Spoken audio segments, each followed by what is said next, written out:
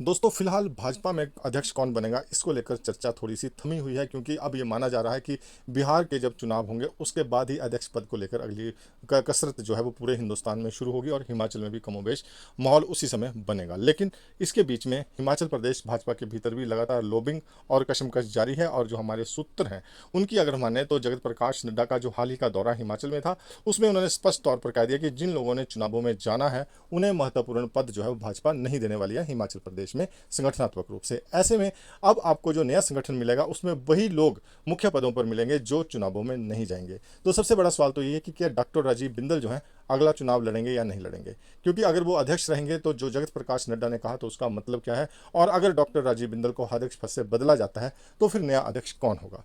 इसको लेकर आपको थोड़ा सा फ्लैशबैक में लेकर चलते हैं। तो अगर आप यहाँ पर पूरी फ्लैशबैक देखेंगे doctor minus doctor Rajeev Bindal, तो लगभग जितने भी अध्यक्ष हिमाचल प्रदेश में कांग्रेस भाजपा के बने हैं वो सभी अध्यक्ष जो हैं वो सिटिंग सांसद रहे हैं, चाहे वो राज्यसभा के सांसद रहे चाहे वो लोकसभा के सांसद रहे। मौजूदा दौर की अगर हम बात करें तो यहाँ पर भी अब निगाहें जो है वो सांसदों के ऊपर टिकी है कि किस सांसद के ऊपर भाजपा यहाँ पर दाव खेलेगी। चरणबद्ध तरीके से बात करें तो जगत प्रकाश नड्डा राज्यसभा से सांसद हैं, राष्ट्रीय अध्यक्ष भी हैं, लेकिन वो हिमाचल का रुख तभी करेंगे जब उन्हें चीफ मिनिस्टर का पद मिलेगा। अन्यथा उनका अपना जो लेवल पॉलिटिक्स का है वो अब इंटरनेशनल नेशनल लेवल का है, और उनका जो है इसके अलावा कोई और अन्य पदों के ऊपर वो हिमाचल में आना भी नहीं चाहेंगे।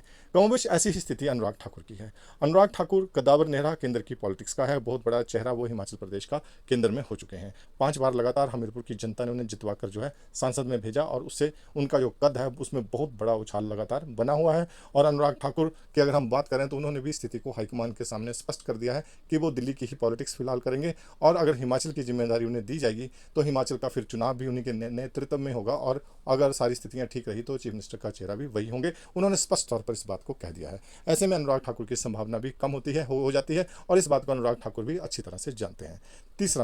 तीसरा नाम हर्ष महाजन का यहाँ पर लेंगे। हर्ष महाजन के लिए भी दिल्ली से ऑफर था हिमाचल प्रदेश में भाजपा का अध्यक्ष बनने का, लेकिन हर्ष महाजन ने भी फिलहाल अध्यक्ष बनने वाली स्थिति से इनकार कर दिया है, और उन्होंने स्पष्ट तौर पर कहा है कि भाजपा का ही अध्यक्ष होना चाहिए। हम लोग तो अभी ताज़ा ताज़ा कांग्रेस से भाजपा में आए हैं, चीज़ों को सेटल होने देते हैं। तो इस तरह से हर्ष महाजन ने भी अपनी सूझबूझ और जिस तरह से उन्हें एक मजबूत नेता के रूप में देखा जाता है, उन्होंने उसी तरह का जवाब दिल्ली में देकर अपने कद को और अधिक ऊंचा कर लिया। 3 नाम ये संपन्न हो गए। अब आ जाओ आप चौथे नाम पर, कंगना रनौत। कोई सवाल ही पैदा नहीं होता कि उन्हें हिमाचल प्रदेश में भाजपा अध्यक्ष बनाएगी। उसके बाद डॉक्टर सिकंदर हैं, अनुसूचित जाति का चेहरा है, और सुरेश कश्यप हाल ही में हिमाचल प्रदेश में भाजपा के अध्यक्ष रह लिए। कोई बहुत अच्छा एक्सपीरियंस संगठनात्मक रूप से सुरेश कश्यप के दौर में भाजपा को नहीं मिला। अब डॉक्टर सिकंदर के ऊपर भाजपा दाव खेलेगी ऐसी संभावना इतनी अधिक नज़र नहीं आ रही है। तो इसके बाद अगला नाम जो आता है वो है इंदु गोस्वामी का।